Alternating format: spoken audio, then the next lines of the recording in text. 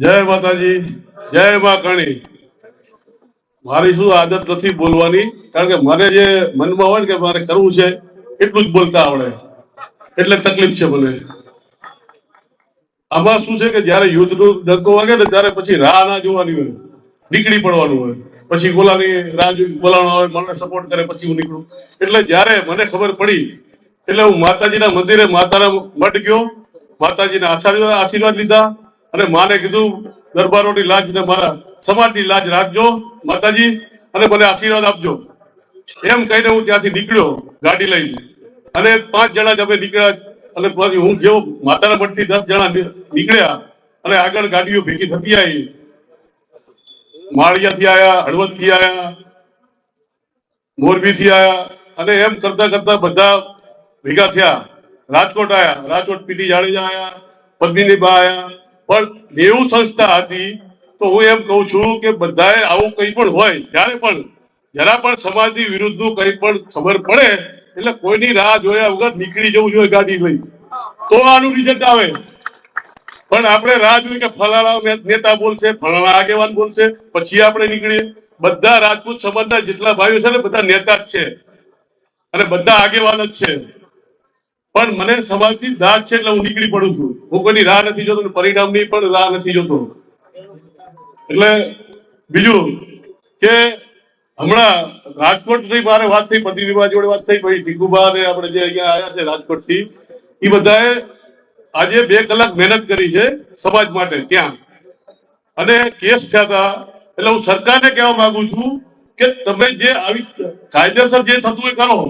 અમારા દીકરાઓ પુત્રદાન કરે તો જે કાયદેસર કલમ લાગતી લગાવજો. જો ખોટી કલમ લગાવશો ને તો આનું પરિણામ ખરાબ આવશે.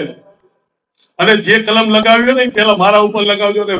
સાચે કહું છું, પણ બોલવા પૂરતું નથી કરતો, તમારી થાય કરી લેજો. કારણ કે જે આમાં શું છે કે સાચા દિલથી નીકળવું જોઈએ, અને સાચા દિલથી કામ કરો ને તો રિઝલ્ટ આવે. પણ ખાલી કહેવા પૂરતું કામ કરો ને તો ના આવે. એટલે જે અત્યારે આ બધા ભેગા થયા છે એવું કાયમ થાવ ભેગા. કઈ પણ પ્રશ્ન હોય, સમાજનો કઈ પણ પ્રશ્ન હોય તો નીકળી જાઓ, ખાલી કોઈને પૂછવા ના રહો તો જિંદગીમાં કોઈથી વાંધો નહીં આવે. પણ આપણો સમાજમાં શું છે કે સંગઠન કરતા બીજા જે કોઈથી સમાજમાં નથી આયા, કોઈથી સમાજ વિશે બોલવા દીવે, એ બધાને માન આપો. અને સમાજના સંગઠનમાં આપણે રુદ્રસિંહ સાહેબ છે બરોબર અહીંયા સુરનગરમાં, તો એ એમને શું જરૂર છે? ડોક્ટરી ના કરે બિચારા, હોસ્પિટલ મૂકીને અહીંયા તમારા માટે હેરાન થાય. અને પછી રુદ્રસિંહ પાછળ કોણ હોય? 5 જણા ના હોય. તો પછી એમ મોરલ ડાઉન થાય છે. એટલે એક અવાજ આવે સમાજના સંગઠનનો, ત્યારે બધા નીકળી જાઓ અને પછી જુઓ રિઝલ્ટ શું આવે છે. આટલા દિવસો ના લાગે. જો સમાજ મજબૂત હોય ને તો 24 કલાકમાં રિઝલ્ટ આવે. પણ આપણામાં એકતા નથી કે ફલાણો જસ લઈ જશે, ઓનો જસ લઈ જશે. આ જસ લેવાની વાતુમાં છે ને પૂરું થઈ જાય છે આપણું.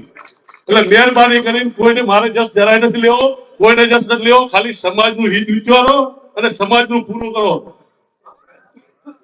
કારણ કે અહીંયાથી જે ગ્રાઉન્ડ લેવલે કામ કરવાનું જ્યાં લગી નહીં થાય ને ત્યાં લગી, કારણ કે કાયમ જાગતા રહો. હું એમ કહું છું કે ઘણી સેના એક જ કેમ જાગતી રહે? દરેક સંગઠન જાગતા રહો એવી રીતના. એક જ ઘણી સેના છે, સેના લડવા માટે જ છે. પણ દરેક સંગઠન, કોઈ ધનથી સપોર્ટ કરો, કોઈ લડવામાં સપોર્ટ કરો, દરેક અલગ અલગ રીતે એક સપોર્ટ કરો. અને સંગઠનને જ્યાં લગી તમે મજબૂત નહીં કરો, કોઈ પણ સંગઠનને, અને કોઈ પણ સંગઠનનું આયોજન હોય, ધારો કે ઘણી સેનાનું આયોજન કે ન્યૂ સંગઠન જે છે ગુજરાતના, એનું ગમે એનું આયોજન હોય તેમાં બધા જાઓ. એની જે સંગઠનની વેલ્યુ વધશે એ આપણી વેલ્યુ વધવાની. પછી એમ નહીં વિચારો કે આનું સંગઠન છે એટલે આપણે એનું વોલન્ટિયર થાય, આપણું સારું બતાવીએ. બધા સંગઠનને માન આપો, એમ સંગઠન તો મજબૂત થશે. એટલે બીજું નહીં કહું. અને બીજું કે જે ગ્રાઉન્ડ લેવલે કામ કર્યું છે, અહીંયા આપણે 10 દીકરા જે કેસ થયા હતા આપણા સમાજના, એ બધા સ્ટેજ ઉપર આવે.